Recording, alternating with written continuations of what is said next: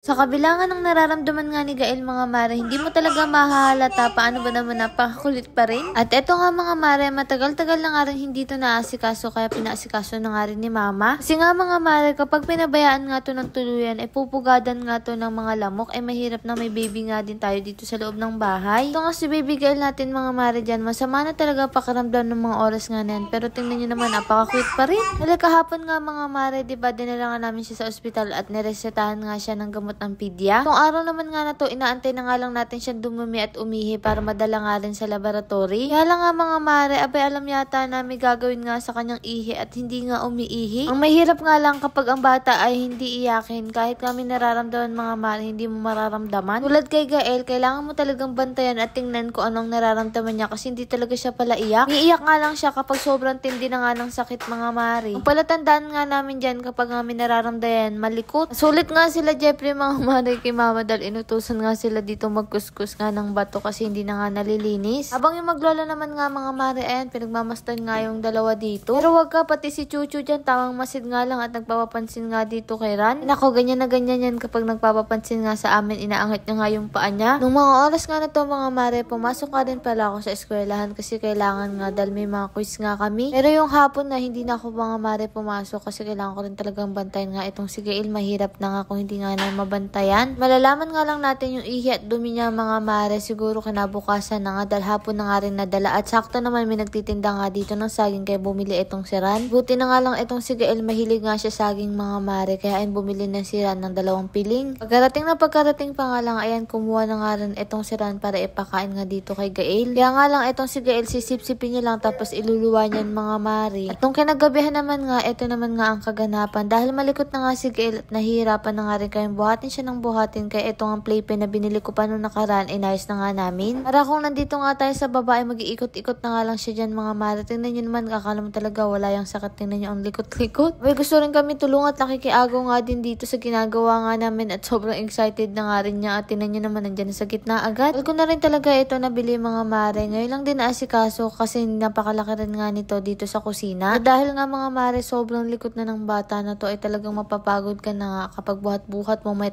turo ng turo kung saan nga niya gustong pumunta. Sipan nga din namin mga mare para makapag-practice na nga rin siyang maglakad dahil nga mag-iisang taon na. Di ba ang bilis lang? Kailan nga mag-iisang taon saka pa nga siya mga mare nagkasakit? Kaya hindi naman nga natin gustong magkasakit ang bata mga mare kasi hanggat maaari ay iniingatan nga natin siya. Pero syempre bilang magulang hindi talaga natin maiiwasan nga na hindi nga natin isipin kapag may sakit nga yung mga anak nga natin. Lalo na nga kapag unang beses mo pa nga lang maging magulang ay talaga nakakapraning dahil marami ka talagang hindi alam. Itong playpen nga na to nabili ko na nga siya sa online tapos may mga kasama na nga rin laruan ng mga bola. Kaya sakto kapag bibili ka nga sa anak mo nito mga mare, sakto ma-enjoy niya nga din kasi marami nga kayong pagpipili ang laruan. Lalo na kung yung anak mo nga hindi pa talaga marunong tumayo mga mare, meron din nung kasamang hawakan para kapag gusto nilang humawak makakatayo sila dun. Kami nga rin kayo mga mare pagpipili ang sizes at ang kinuha ko na nga yung pinakamalaki, sakto naman nga to dun sa kabila. Abang tawa ko dyan ng tawa itong si Gael, nag-enjoy na nga dito mga mare sa kalalaro. Sabi ko nga sakto lang din naman to kapag andito tayo sa baba tapos gusto nga rin natin magpahinga tapos siya ayaw niya magpahinga ay pwede nga tayo makaidlip kahit konti lang. Kaya lang mga mare napansin ko kung saan kami nandun din siya. Yung tipong aapakan yung paa mo, yung ulo mo,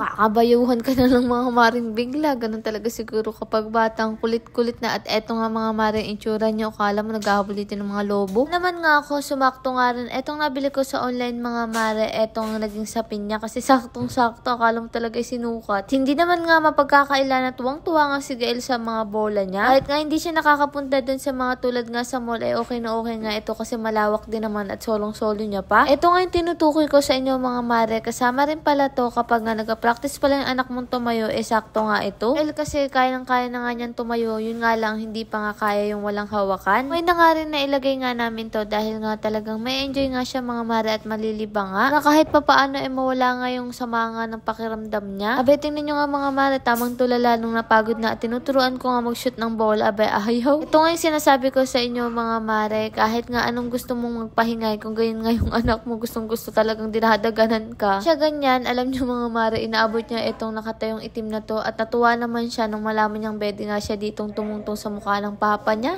Abay ganito pa kaliit, marunong na dumiskarte at pinaghahampas na nga yung tatay niya mga mare. Mga ganitong banding nga lang nakakatuwa, simple man, pero ayun nagkakaroon nga kami ng oras sa bawat isa. Yung papa niya nga kahit gustong matulog. Kung ganito ba naman nga si Gael, ewan ko na lang kung makatulog ka talaga. Alam ko na marami nga dyan nakaka-relate nga ng mga magulang. Ay wag ka mga mare, naghahanap pa rin talaga ng sandalan, no? Lord, maraming salamat sa lahat ng blessing. Syempre sa inyo mga mare, panabayan mo ko sa lang ulit.